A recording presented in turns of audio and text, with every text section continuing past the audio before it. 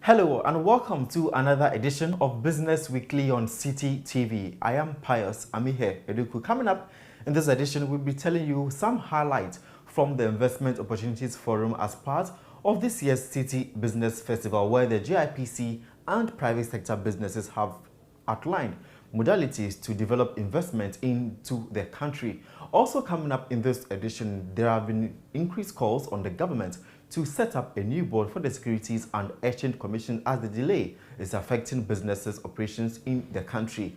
These plus other top business stories for the week coming up in this edition.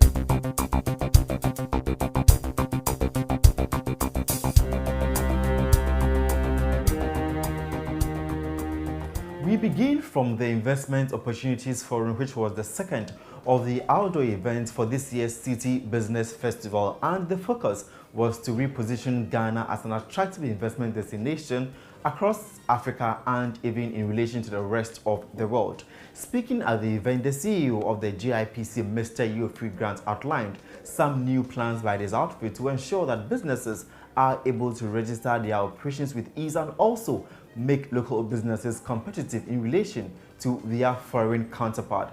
On his part, the CEO of the Private Enterprise Federation, that is Nana Osei Bonso, bemoaned the top-down approach adopted by government and its allied agencies in formulating policies that govern the operation of private sector businesses. Meanwhile, the CEO of the African Tiger Holdings, Henry Rienges, who has operated in the country for over 40 years, impressed on Ghana to capitalize on the devalued currency and improve our exports so as to also develop the country's agricultural sector.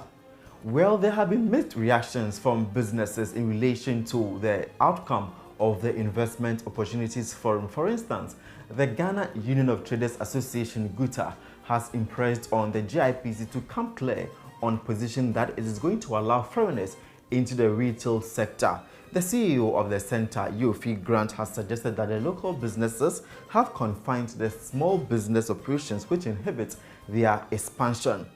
Also, economist Dr. Abel Texan has advised government to slow down on any process to devalue the country's currency. Even though he admits that the depreciation holds some benefit to the economy, he believes the long-term effect could distort the balance of trade if not done properly. So the City Business Festival continues, and on the 15th and the 16th of June at the Coconut Grove Regency Hotel, there will be the Sales Revolution. This is a two-day event that aims at enhancing the skills of salespersons and marketing executives on how to sell for their companies to be at a competitive edge. The speakers or the trainers outlined for this year's event include the managing partner for Breakthrough Consult, that is Caleb Ayiku. Also, there will be the country manager for Econet Media, Maxwell Plus, CEO of Sales Max Services, Mauli Oklu. This event comes at a cost of 450 Ghana cedis. Also this week, some stakeholders in the financial sector expressed worry over the apparent delay in the selection of a board to man the operations of the Securities and Exchange Commission, that is SEC. Under the laws governing the Securities Exchange Commission, the board is mandated to vet and approve the listing of bonds, equities, registration of investment advisory firms, among others. Some reports suggest that the commission may have missed an opportunity to raise millions of cedis in the first 6 months of the year. Commenting on the issue, the former Director General of the SEC, Dr. Edu Anani Entry, expressed the importance of the board and appealed to government to reconvene a board soon. In the related development, the Director General of the Ghana Stock Exchange, Kofi Yamwa, says the operations of the Ghana Stock Exchange could be facilitated with a board put in place by government. On Thursday, Parliament ordered the Finance Ministry and the Ghana Revenue Authority, that is GRA, to halt the suspension of the implementation of the amended VAT. It follows an acceptance by the House for the two entities to meet over the implementation of the amended tax. The GRA has in media advertisement announced that the implementation of the 3% VAT flat rate be deferred to July. It also came on the back of concerns by businesses regarding the calculation of the VAT. But the first Deputy Speaker of Parliament, Honorable Joseph Osei-Wisu, who passed this, said there is a need for the two institutions to meet and discuss the way forward.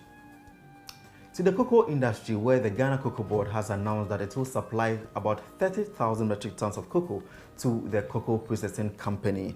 According to the CEO of Cocoa Board, Joseph Pius Edu, this is also to make CPC viable and enable it to pay the outstanding debt to Cocoa Board and some syndicated banks.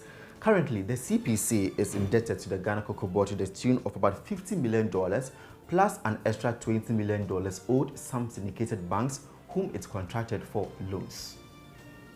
In our final story, the Agric Minister, Dr. Owusu Amihere Eduku, has rubbished claims that farmers are not patronizing government Planting for Food and Jobs program. This also followed earlier reports which suggested lack of interest in the initiative on the part of the farmers. According to Dr. Amihere Eduku, the initial target of registering 200,000 farmers forms part of the test program for the initiative ahead of the real takeoff in 2018. And that is it for this week's edition of Business Weekly on City TV with me, Pius Amihere Eduku. In the meantime, visit citybusinessnews.com for more business stories. See you next week.